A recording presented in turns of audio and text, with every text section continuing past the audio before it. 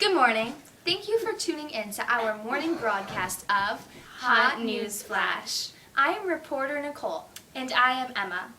And today we have breaking news regarding the Children's Crusade and Bubblegum cards and how they are affecting the Cold War. The Cold War has been going on ever since the end of World War II.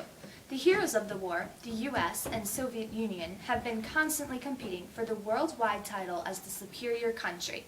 Now, after about 4 years since the start of the Cold War in 1946, the countries are still struggling for triumphant victory against each other now in 1951.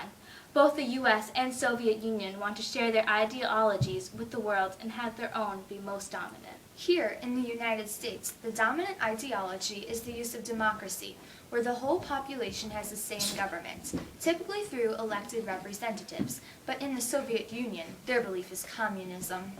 This is a theory of system or social organization based on the holding of all property in common, actual ownership being ascribed to the community as a whole or to the state. Because the U.S. and Soviet Union haven't engaged militarily throughout the course of the war, propaganda is being used greatly to share each country's beliefs and determine by other countries which belief is best. The Children's Crusade is the latest addition to the America's use of propaganda. Our country is participating in this campaign, taking part in a political issue. The government seems to be focusing their efforts on convincing the youth that democracy is the best choice in the government and that communism should never be considered. Bubblegum companies are printing bright, colorful images on their wrappers displaying what a bad effect communism would have on America. Because most children use bubblegum a lot, they are exposed and influenced by these images on a daily basis.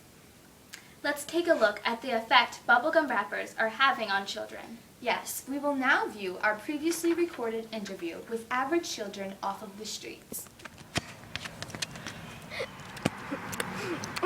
Hello there, child. Would you please share your name with Hot News Flash? Yes. Hi, I'm Holly. Hello, Holly. And what is it that you have here? This is bubblegum. It's really good.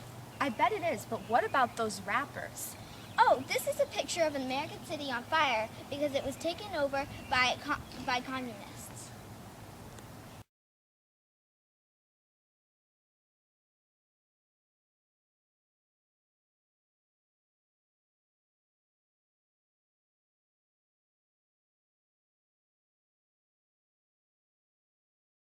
How does that make you feel? I'm just glad that we live in the USA where we live in a properly governed state. Ah, there's another little girl. Come here, my dear. Hello, would you mind sharing with us your name? Hi, my name is Katie. Hello, Katie. And are you also chewing gum? Yes, I am. And on my wrapper there is a family that is scared because there are communists at their door.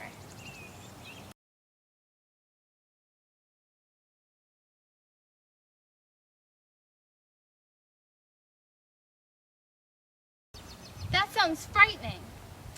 I'm happy that we live in a democracy. That's what I said.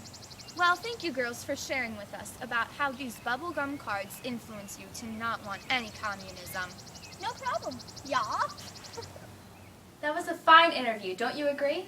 Yes, indeed. Those children clearly shared with us how the bubblegum cards against communism have been causing them to feel more patriotic and stay away from anything that the Soviet Union suggests.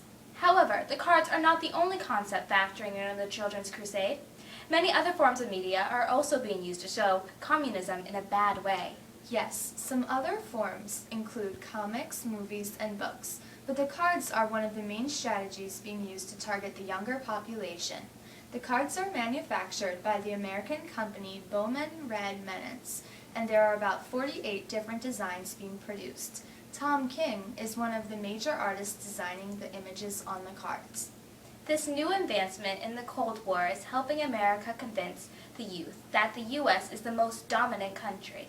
Thank you for tuning in to our morning broadcast of Hot News Flash. See you next time. Goodbye.